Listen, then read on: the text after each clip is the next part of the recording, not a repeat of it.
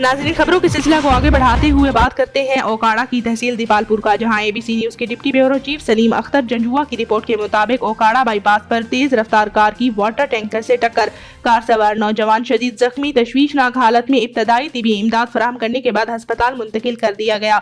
तफसीलात के मुताबिक ओकाड़ा बाईपास नर्स 52 ट्यूबवेल के करीब कार की पानी लगाते वाटर टैंकर से टक्कर हादसा तेज रफ्तारी और लापरवाही की वजह से पेश आया। कार में सवार एक शख्स शदीद जख्मी होकर फंस गया। इत्तला मिलने पर मोटर बाइक सर्विस, एम्बुलेंस और रेस्क्यू व्हीकल फौरन जाए हादसा पर पहुंच गई। रेस्क्यू टीमों ने जख्मी को कार से बाहर निकालकर इब्तदाई तिबी इमदाद फराहम की। इब्तदाई तिबी इमदाद फराहम करने के बाद जख्मी को इंतहाई तशवीशनाक हालत में GHQ अस्पताल मुंतकिल कर दिया गया।